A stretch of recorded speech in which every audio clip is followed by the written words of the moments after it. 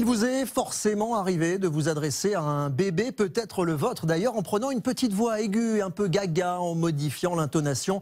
On ne peut d'ailleurs souvent pas s'en empêcher. Cela porte un nom, c'est le parler bébé. Et plusieurs études récentes tentent à montrer que cette manière de faire n'est pas si bête et si inutile que ça. Elle peut même se révéler bénéfique pour l'enfant.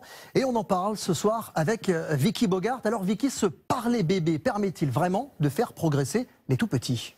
Oui, cette façon de s'adresser aux bébés serait même essentielle pour leur développement. Cela va donc à l'encontre des conseils que les parents ont reçus pendant de nombreuses années. On les dissuadait d'utiliser cette voix fluette et parfois un peu ridicule pour éviter les retards de langage. Mais ce serait en fait tout le contraire. Cela faciliterait l'apprentissage. Selon des travaux récents, exagérer les différences entre les sons graves et aigus aiderait le bébé à mieux nous comprendre et en renforçant les voyelles, on les prépare à la prise de parole.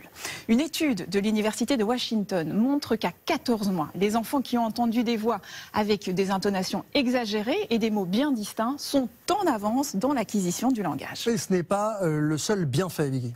Non, loin de là, ce langage permet aussi d'apaiser l'enfant. Accentuer les aigus permet d'exprimer de l'affection, de l'encouragement. Enfin, il ressort d'une étude internationale réalisée auprès de plus de 2300 bébés dans 16 pays qu'ils étaient plus attentifs et plus réceptifs quand on s'adressait à eux avec ce langage spécifique. Ce qui compte avant tout pour les bébés, ce sont les intonations et le rythme. Alors cette manière de parler au bébé, est-ce qu'elle est universelle ? Oui, plutôt. Des chercheurs ont analysé plus de 80 études sur le sujet. Dans toutes les langues, le débit est plus lent et l'articulation renforcée quand on s'adresse aux tout-petits. D'autres scientifiques ont enregistré des paroles et des chansonnettes au Canada, dans le Pacifique, en passant par la Pologne ou encore la Tanzanie.